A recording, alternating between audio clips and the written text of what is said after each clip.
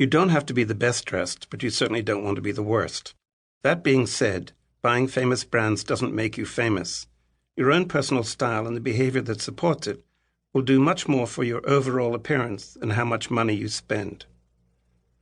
As the turn-of-the-century English actress Mrs. Patrick Campbell said, "My dear, I don't care what they do, as long as they don't do it in the street and frighten the horses." Good guidance for almost all social behavior, including what to wear. In advance, dress codes. Knowing what kind of event you are attending and what the host expects is the key to wearing the right thing. Hosts, informing your guests in advance what's expected will save them potential embarrassments and make for a much smoother and therefore enjoyable event.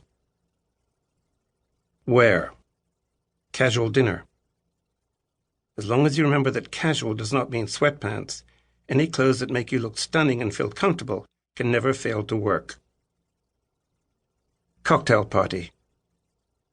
The exact definition of cocktail attire is murky at best, but it probably doesn't mean jeans unless you are positive that everyone will be wearing them. A good host will be a little more specific.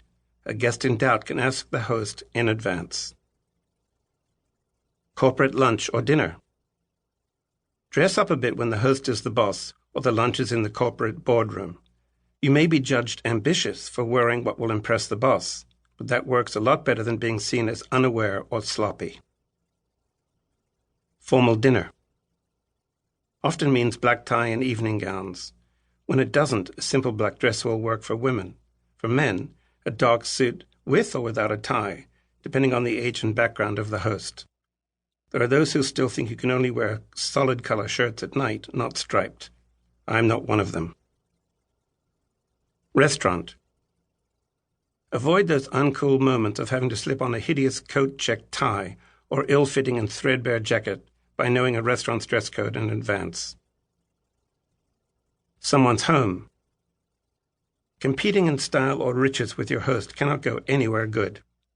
If you show up at someone's home covered in diamonds or sporting that new gold Rolex when the host is in jeans and an unadorned T-shirt, your best chance of avoiding offense is to shove the bling into your pocket. Wedding reception.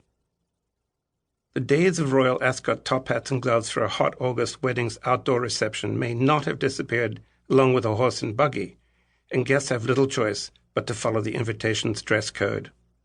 Hosts, please have mercy on the guests. The more comfortable they are, the happier the event will be. What? Knowing the event and what the host expects is success.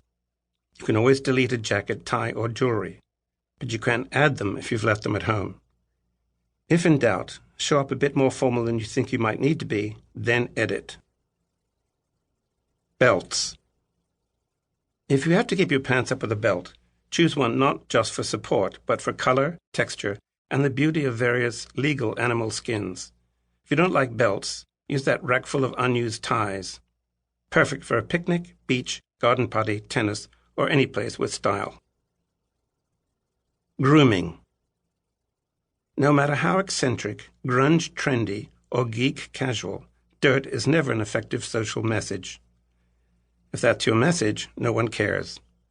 Pulling it all together should always be in private or alone, with someone else giving advice if necessary. If you are plucking your eyebrows or clipping your nails in public, it makes me feel like we should have first been introduced and then interested. Handkerchief. The common cold doesn't care if you need time to remember where you put the handkerchief and then extricate it. The fastest retrieval is from the breast pocket or an easily unlatched evening bag. Jackets. Men, take a jacket if in doubt. It can always go over the back of the chair. Jewelry. Saying never wear too much jewelry is as useful as saying that Carmen Miranda should never have had fruit on her head, or that Lady Gaga should stick to one strand of simple pearls. No point competing, since there is always someone richer and more beautiful somewhere in the crowd. Wear what makes you look great. Perfumes. Never at a wine tasting, because wines can't compete, no matter how great or expensive the bottle. Otherwise, wear whatever scent makes you smell good, enticing, interesting, and not like a department store cosmetics counter. Sandals. Only Birkenstock lovers consider sandals a serious option for all occasions. Even then, please, no socks. And sockless espadrilles always work. Sleeves. For men, it's better to wear long sleeves you can roll up if it's too hot. With short ones, you're stuck with what you've got. Socks.